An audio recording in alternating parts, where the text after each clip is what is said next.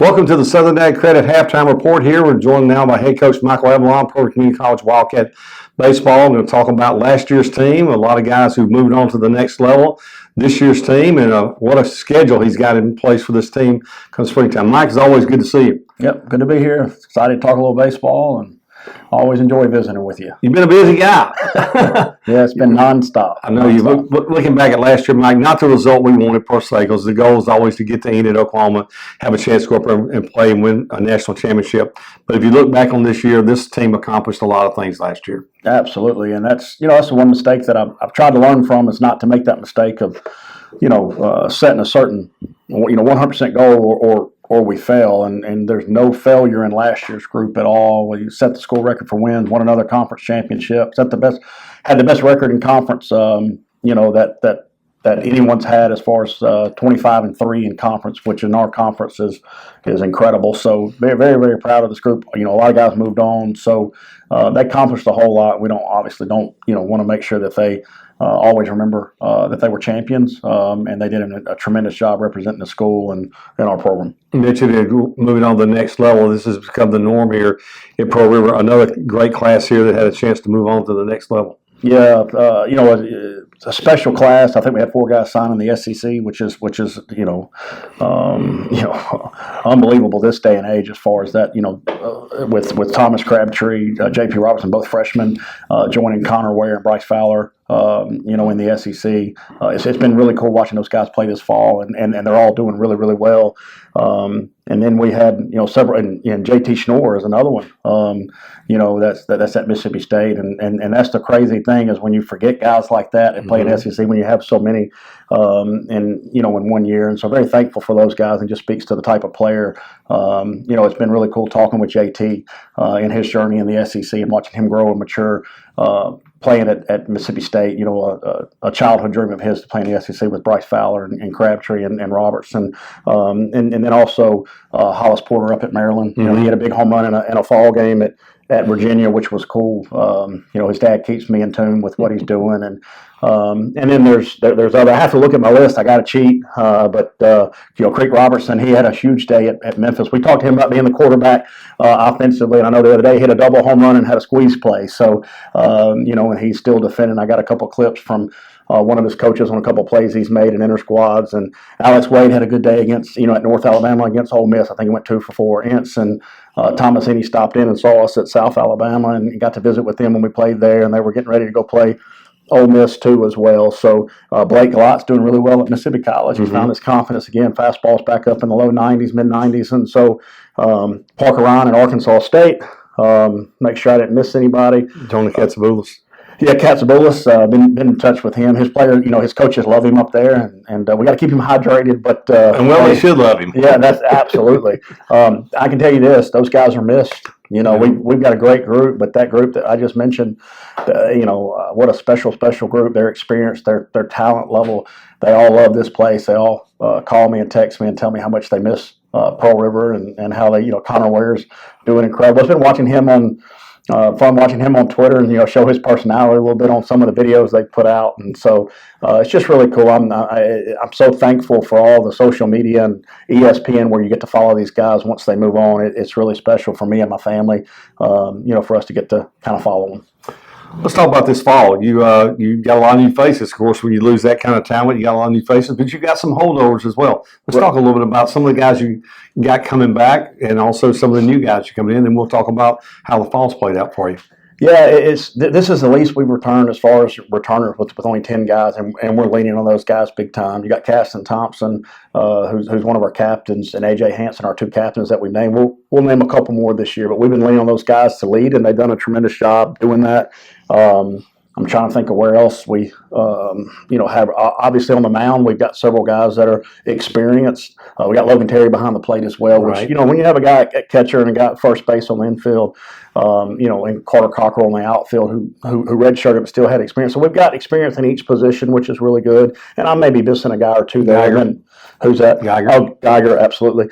I can help with this roster anytime you need it. Yeah, absolutely. Well, that's what I lean on you for. So, and then on the pitching staff, we've got several guys with Carson Fair, AJ. Let's see who Patrick Spencer's back. Spencer's back. It was good to see him at Tulane the other day. Man, he was really, really electric on the mound. And then we've had several transfers: KK Clark, Max Miller, Jacob Keys behind the plate as well. Peyton Lacey. Those guys bring in some experience that's really going to help us. This year. Sometimes it's good for them to see other things, other programs, and then come in here and make some adjustments and help us, and also be thankful for what we do here. And that's one thing those guys, I think, are really thankful to be here as far as the transfers, and I think they're going to have special years for us. Let's talk about some of the recruits you got coming in. Of course, the fall, the importance of the fall cannot be overstated because, one, they've got to acclimate themselves to being away from home, in some cases quite away from home, a long way, I should say, many miles. The other thing is getting used to their responsibility to get yourselves in class, and then also just the different level of competition they're going to see day in, day out. That's a lot to put on a freshman sometimes. Right, and one transfer I didn't mention is Jackson Milam. He's had a really big year for us at shortstop, and that's a tough position to play. And he stepped in there and been really good offensively, good defensively for us there. But I've told people this freshman class that we brought in, I go back to Shamar Page and that group, and Miles Smith and that group. I think this rivals that group as far as the most talented group we brought in. We've had some really, really good, and not to downplay or take anything away from all the other groups, but this class has a chance to be very, very special as far as its talent level in our freshman class. And it's good because we're replacing a lot, like we mentioned. We don't have a lot of returners, but you've got Cam Clark behind the plate, who's also going to be on the mound.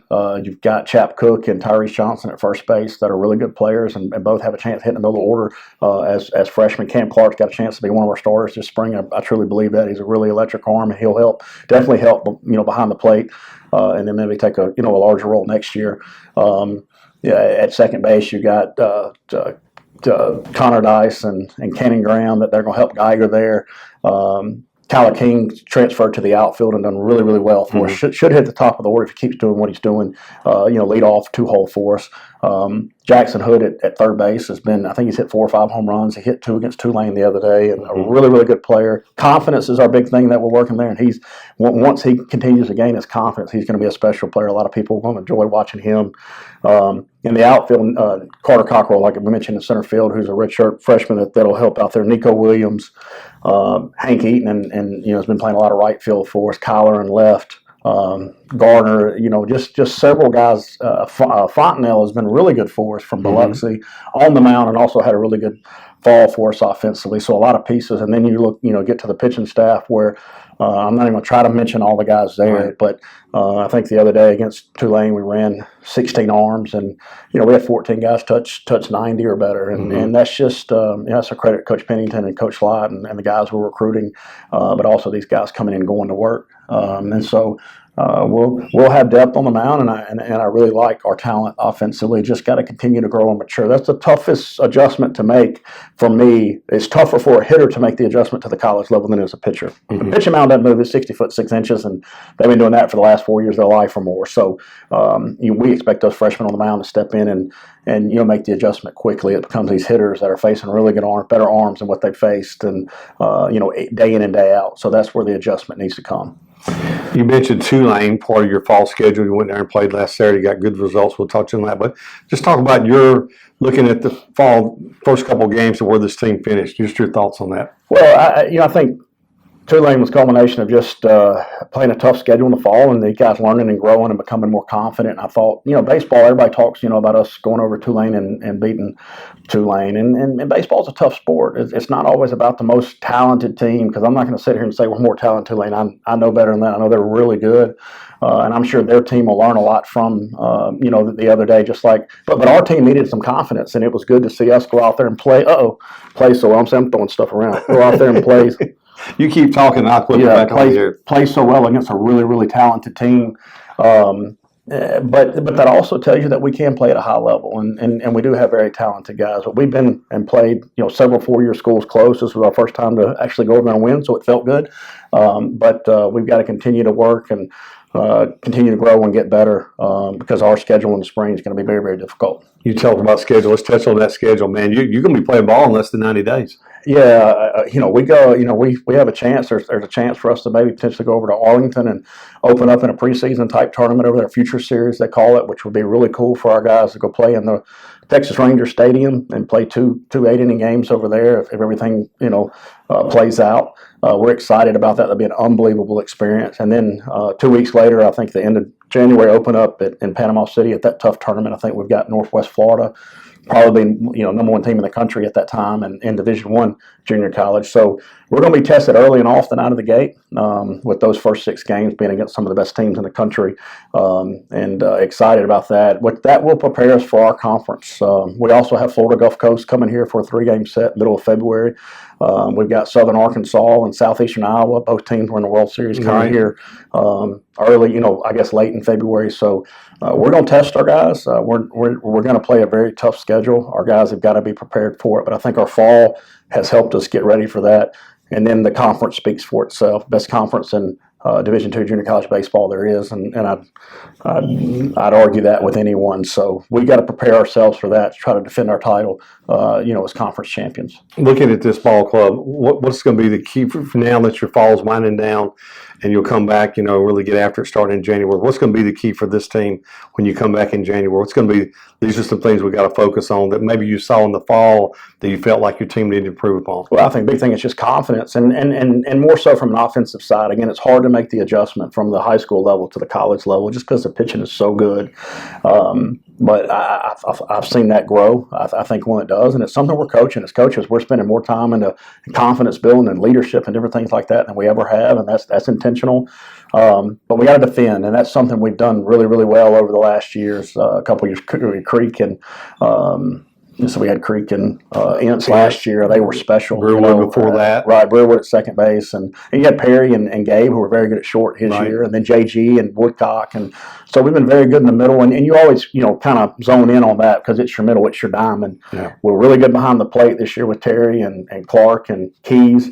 We should be really good in center with Cockrell, Nico, and then the middle with Milam and Geiger and the other guys there to help out. So I feel really good about it. We got to defend. And we're going to pitch at a high level. I think we're going to score runs. We've got to be efficient offensively. We just got to defend. That's going to be the thing we got to hang our hat on. And as you say, run the bases a little better, be a little smarter there.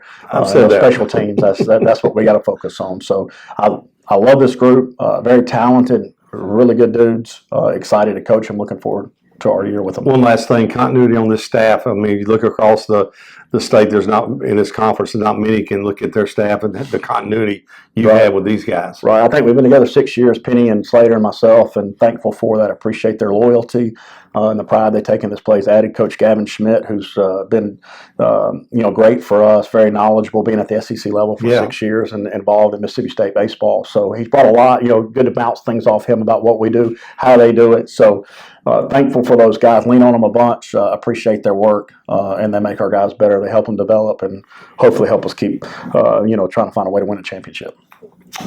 One last thing, upgrades to the facility. I saw today you got some cranes over here. Always got to keep growing, getting better. We're going to improve. Unfortunately for these visiting teams, we're going to improve the visitor dugout. I get tired of seeing them sit on the roof and all that stuff over there. So we're going to make it, a better dugout. Add a storage room and add a bathroom on the end of it for our decks and people. So Brad Ladner, his crew's got a place to use the bathroom out there. So with those norms going on, we want to make sure we are above code out there. So excited for that. And let's talk about the home opener on the schedule. Home opener. Who is our home opener? I have no clue. I know we played Northwest Florida first game of the year in Panama. That's all I'm. That's not a good thing. That was a good trip. I have no idea. I don't know who our home opener is. Yeah, well, that was a good experience for your team last year going there. I look forward to going again. That was a very, very talented bunch of teams down there. And for those that don't know, that's 3 days of the best teams in the nation. Yeah, no question. Unbelievable tournament, great experience for our guys, and that's where our focus is right now is Northwest Florida and that Panama. And I have no clue who we open up with at home. Don't even know when it is. So we'll make sure. We'll work on that before now and then. Yeah, we're going to make sure you're there. All right, sounds good. Mike, appreciate it. Yeah, as always. Head Coach Michael Avalon. We'll take a break here on the Southern Ag Credit Halftime Report. Thanks again to Alex Reiser and Southern Ag Credit for making this possible.